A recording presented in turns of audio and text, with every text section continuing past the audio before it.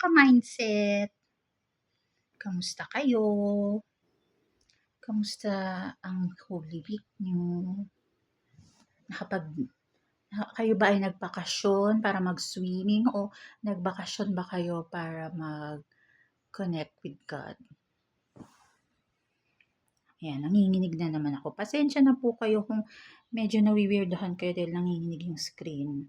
Ako po ay stroke survivor at pareho pong kamay ang may hand tremors.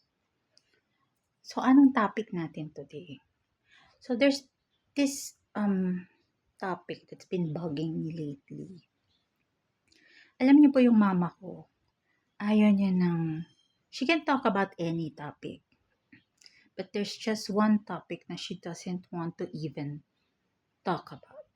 As in, the very mere mention of it, nagwo-walk out na siya. Anong topic yun? Religion. She hates it. It's not that she hates the religion itself, but she hates the argument. Kasi, walang siya eh. Yan ang isang topic na walang katatapusan. Kasi nga magkaiba kayo eh. So, lately kasi parang dumadami na yung mga tao na dinedepensahan nila yung faith nila. And parang nagre-react sila sa mga teachings ng ibang religion, especially yung about, bawa sa religion ko, sa Catholic. So, akala nila they're doing the work of God.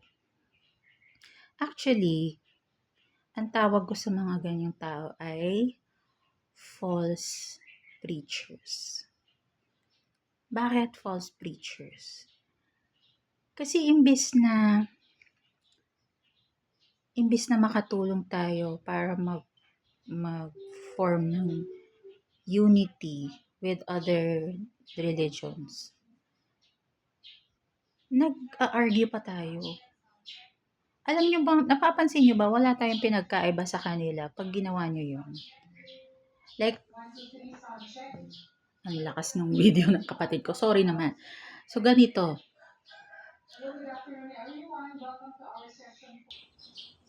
At ayun nga.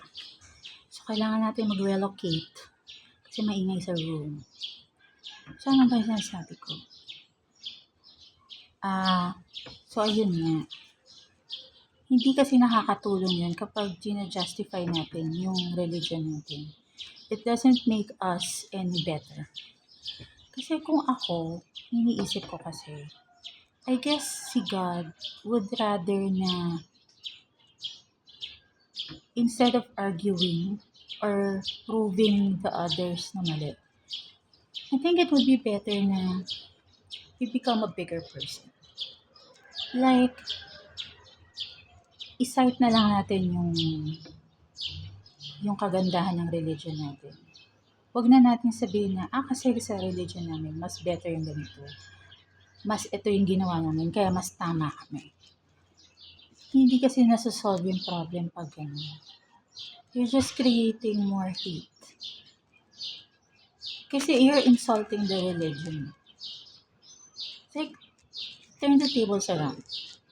Pag may sinabi sila about a religion, wouldn't insult you too? Because I certainly would. Pero instead of, adding gas to the fire, ganun ba yung term na yun? Let's just be the better person. Huwag na natin i-point out kung bakit mas tama tayo kaysa sa kanila. Kasi hindi nakakadagdag, hindi nakakaganda. Yung religion hate, parang dinagdag mo lang, pinaganda mo lang yung tunog. Pero hindi yun. Feeling ko sa usapang religion, we just have to agree to disagree. Na walang tama, walang mali. Sabi nga sa amin dati, sa Singles for Christ, there's no perfect religion. All religions have their flaws.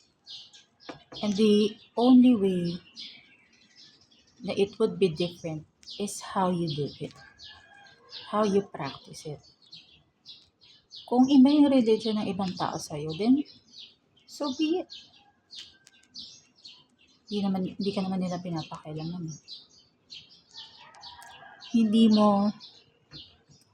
Hindi natin obligasyon na paramihin yung mga naniniwala sa paniniwalaan natin.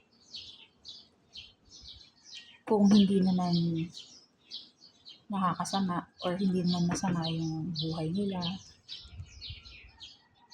Nagkataon lang magkaiba tayo ng faith. Hanggang may teaching sa Christian Living Education ka ng elementary ako. Si God, marami siyang pangalan sa iba't ibang religion. Kaya nga 'di ba, sinasabi sa amin or sa atin na iisang Diyos lang naman yun eh. Iisa lang naman si God. Marami lang siyang forms. Diba? So, hindi ko maintindihan kung bakit kailangan i-discuss yung pagkakaiba. I don't get it.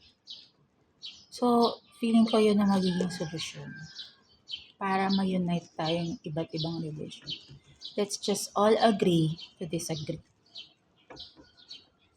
So, everyone, let's not spread religious hate. Please. Yun lang.